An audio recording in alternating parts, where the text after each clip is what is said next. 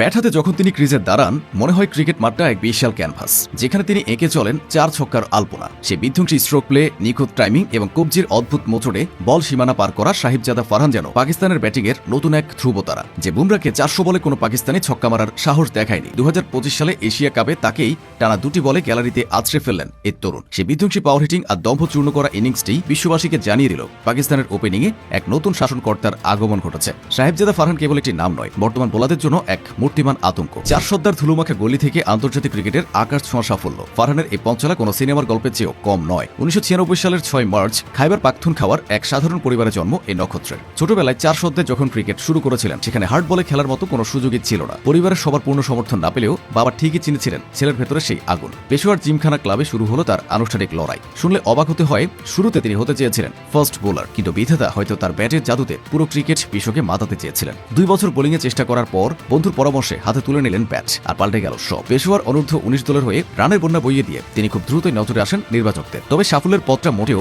মসৃণ ছিল না। 2016 সালে প্রথম শ্রেণীর ক্রিকেটে অভিষেকের ঠিক আগে তাকে অ্যাপেন্ডিসাইটিস অপারেশনের টেবিলে বসতে হয়। ইনজুরি আর অসুস্থতা কাটিয়ে ফিরে আসা যে কতটা কঠিন তা ফারহান হারে হারে টের পেয়েছিলেন। 2017 সালের পাকিস্তান কাপে বেলুচিস্তানের হয়ে সর্বোচ্চ রান সংগ্রাহক হওয়া কিংবা পাঞ্জাবের হয়ে 155 রানে সেই বিধ্বংসী ইনিংস ফারহান বুঝিয়ে দিয়েছিলেন তিনি লম্বা রেসের ঘোড়া। 2021 সালে যখন তিনি পিসিবির ঘরোয়া ক্রিকেটার অব দ্য ইয়ার হলেন, তখনই পরিষ্কার হয়ে গিয়েছিল যে জাতীয় দলের দরজা তার জন্য খুব শীঘ্রই খুলে যাচ্ছে। 2024-25 মৌসুমটি ছিল ফারহানের ক্যারিয়ারের টার্নিং পয়েন্ট। ন্যাশনাল টি20 কাপে পেশোয়ারের হয়ে তিনি যা করেছেন তা স্রেফ অবিশ্বাস্য। সেমিফাইনালে মাত্র 72 বলে 148 রানের সেই বিধ্বংসী ইনিংস, কিংবা কোয়েটার বিপক্ষে 162 রানের সেই মহাকাব্য পাকিস্তানের টি20-র ইতিহাসে ব্যক্তিগত সর্বোচ্চ রানের রেকর্ডটি তিনি নিজের নামে করে নিলেন। এক আসরে 605 রান করে তিনি ছাড়িয়ে গেলেন সবাইকে। পিএসএলেও তিনি ছিলেন সমান উজ্জ্বল। ইসলামাবাদ ইউনাইটেডের হয়ে 165 স্ট্রাইক রেটে ব্যাটিং করে প্রমাণ করলেন পাওয়ার প্লেতে তিনি কতটা ভয়ঙ্কর। 2025 সালটি ফারহানের জন্য ছিল প্রত্যাবর্তনের এক বছর। বাংলাদেশের বিপক্ষে 56 বলে 74 রানের ইনিংস দিয়ে আন্তর্জাতিক ক্রিকেটে জানান দিলেন নিজের সরব উপস্থিতি। এরপর ওয়েস্ট ইন্ডিজের বিপক্ষে 3-0 ব্যবধানের সিরিজ জয়, যেখানে সাইম আইওয়ের সাথে তার ওপেনিং জুটি পুরো ক্রিকেট বিশ্বকে